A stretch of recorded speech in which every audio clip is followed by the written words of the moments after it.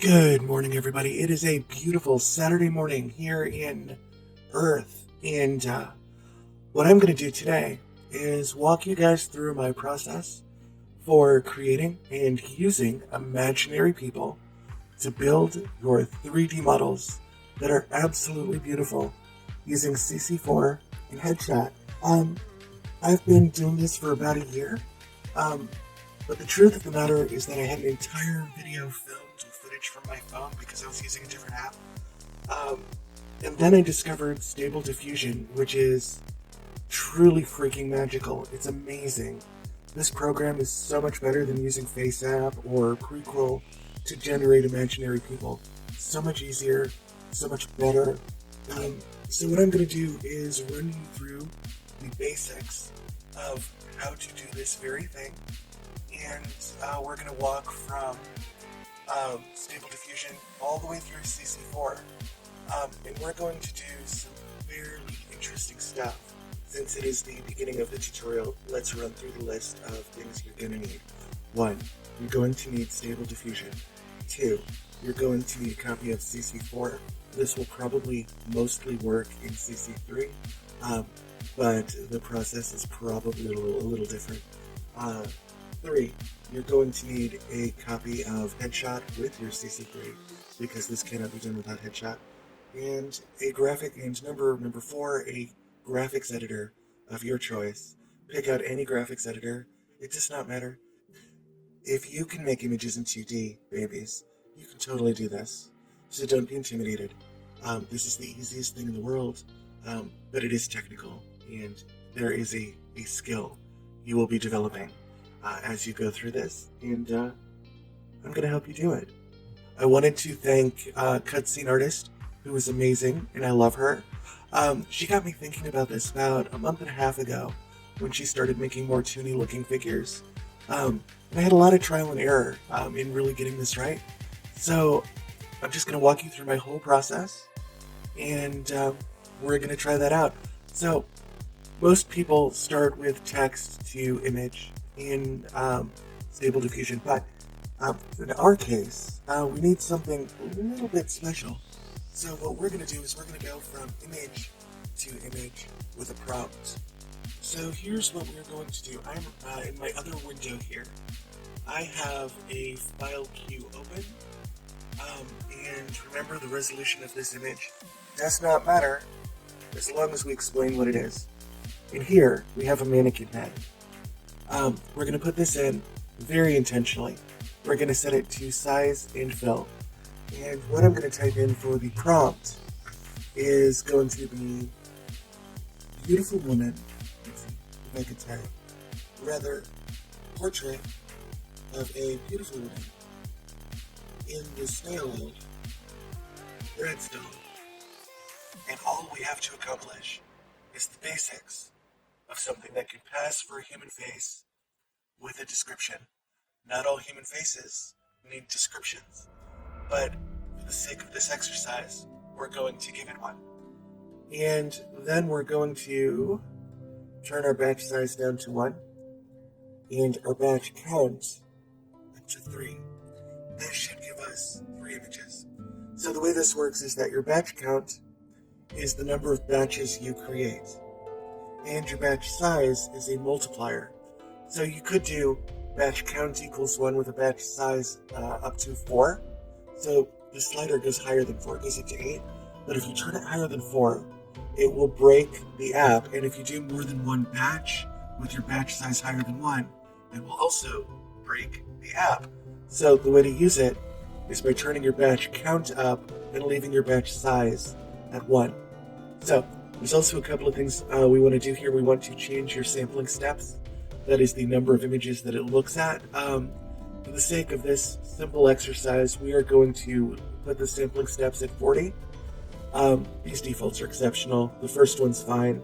We're going to click on Restore Faces because that's really what we're interested in just getting a good, toony looking face to start with. We're going to go in seeds a little later when we start evolving. But for now, we're going to leave it at random. That's what -1 means. It means random seed and go from there. And now, we are going to click generate. And in the background, we can watch what happens at the command line. So we'll just put that up and wait.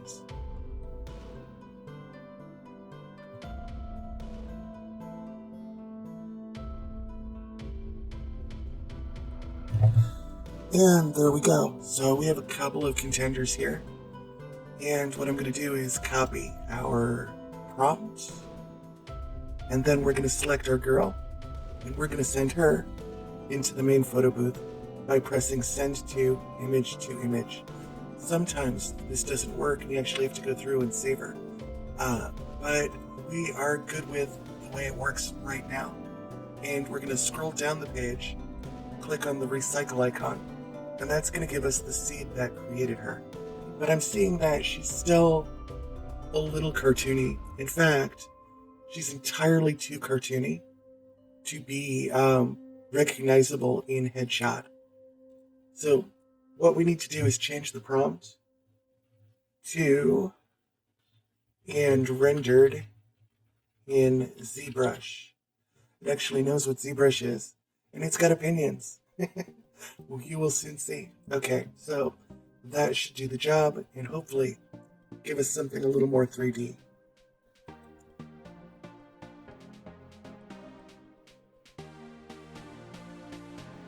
I'm just going to pull that window back up because I like it better than actually going through the process and looking at it on the screen. The web UI is nice, but it's nowhere near as complete as the terminal here.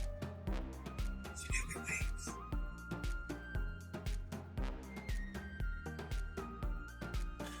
Alright, so here are our ladies. I think that one is our strongest. So we are going to evolve her by sending her from image to image. And now we're going to generate using the same seed again.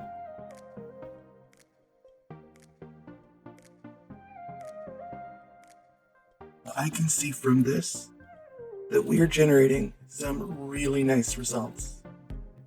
These just look really good. And you can see that their depth targets are about photographic. So now what we want to do is increase the batch size to about, I like to do 12, and that'll give us more to choose from.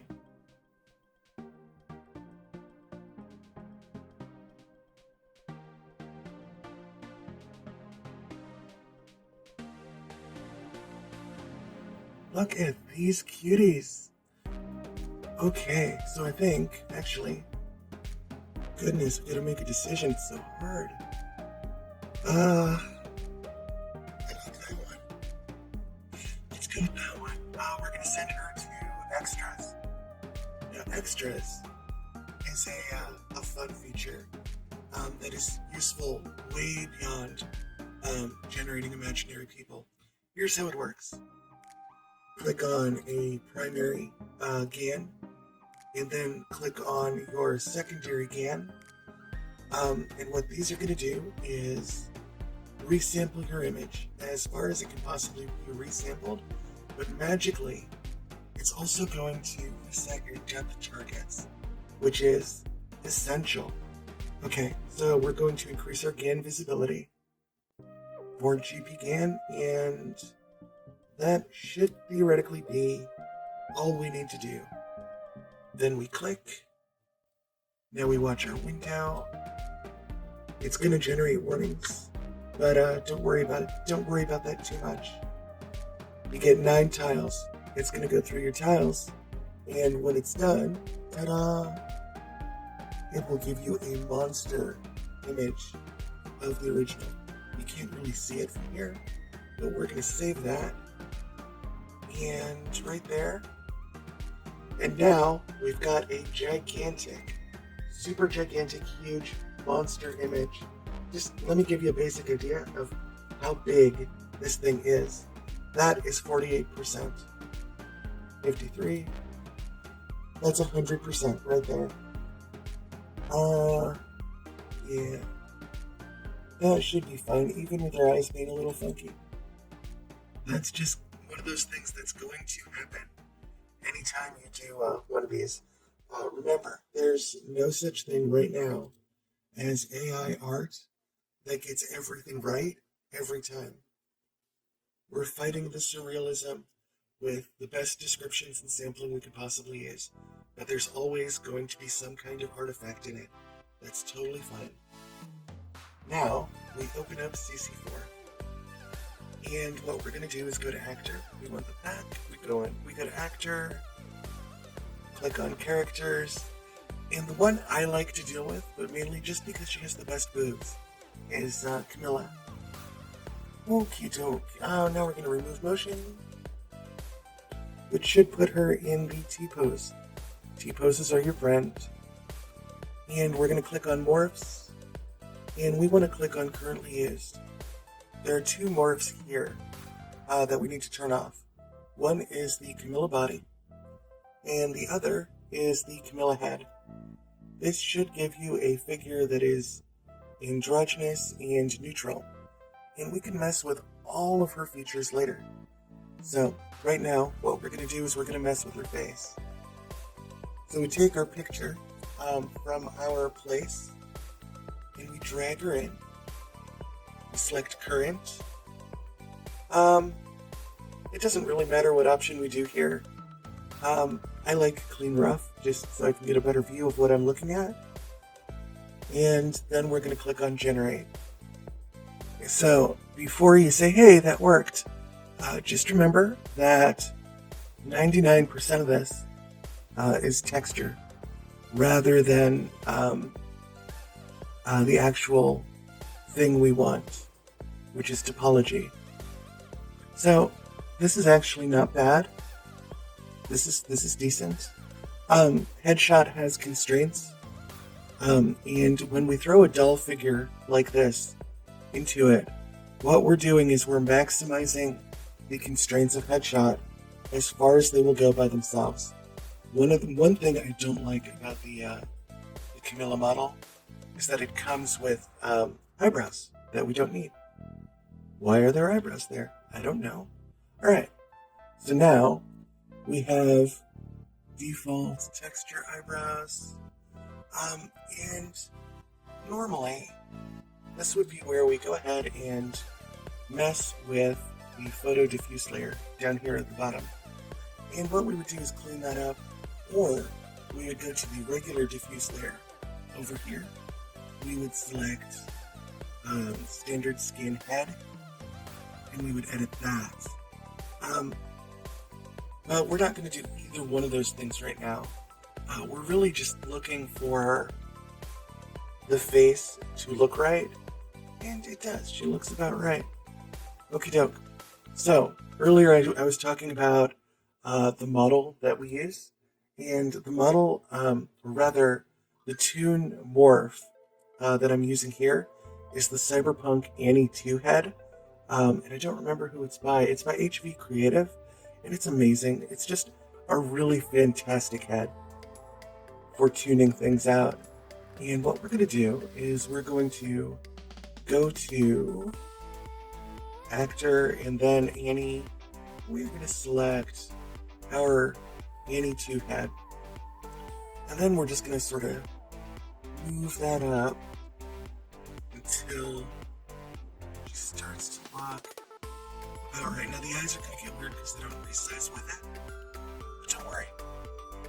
Now let's compare it to the original headshot. Side profile looks amazing.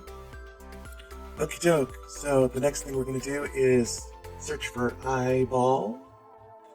We're going to up the eyeball size all the way.